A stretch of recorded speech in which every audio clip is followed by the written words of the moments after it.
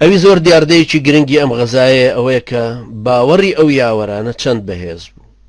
چەند سوور بوون لەسەر شەهید بوون لە پێناوی خوای گەورە و سەرخستنی پێغەمبەری نازدار عەلەیهی سەڵات وسەلام.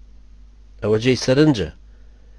کە یارمەتی خوای گەورە چەند زوو دێتە خوارێ بۆ ئەو کەسانی دینداری ڕاست و ڕاستگۆ و خواویستن و بۆ دینی خوای گەورە لێبڕاون و سەریەخ. ئەمانە جگە لە ڕێسای شورا و ڕاوێژکاری ئیسلامی کە تەنانەت لەو شوێنە پڕحەساسەیە و گوێگرتن لە ڕای ئەو فەرماندە سەربازیانە کە ئەبینین چۆن پێغەمبەرێکی معسووم عەلەیهی سەڵات وەسەلام ڕاوێژ بە یاوەرانی خۆی کات و بە قسەشیانەکە، هەروەها ڕێزگرتن لە دیلی جەنگی و سووربوونیش لەسەر خوێنەواری، سووربوونیش لەسەر ئەوەی کە هەر ڕێگایەک سەلامەتی خەڵکی تیابێ ئەویان بگرێتە بەر کە ڕێی سەیدنا ئەبوبەکر. غەزای بەدر بووە هۆکارێکی سەرەکی بۆ بەرزبوونەوەی ورەی مسلمانان و قەناعەتکردنی تەواو بەڕاستی ڕێگاکەیان و پشتیوانانی خوای پەروەردگار بۆیان. غەزای بەدر بوو بە فاسڵێکی گەورەی وها کە مسلمانان ئیمانیان وا قایم بوو کە بەڕاستی خوای پەروەردگار سەرمانەخە ئەگەر ئێمە بۆ خوا سڵحابین. چەند کەمین 314 کەس بۆ شەڕ نەڕۆیشتوین، بەڵام ئەوان 1000 کەسن و بۆ شەڕ هاتوون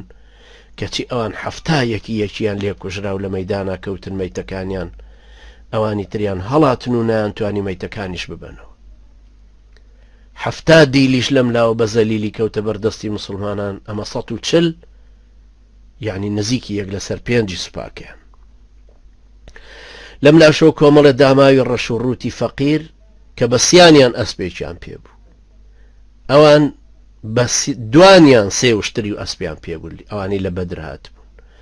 خۆیان وەکو جەنگاوەر هاتبوون هەرێکە ئەسب یا وشتری خۆی پێبوو، لە نێوانی دوانیشە وشترێکیان ئەسپێکیش بار و تفاق و خواردن و کەلوپەلی پێوە بۆ خزمەتی ئەوان.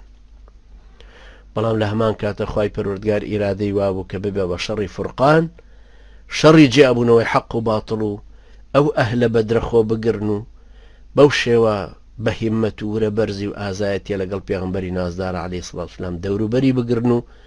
ئەم دینە سەرخەن هەتاوەکو بوو بەو خەتە فاسڵەی کە مەجرای تاریخی گۆڕی.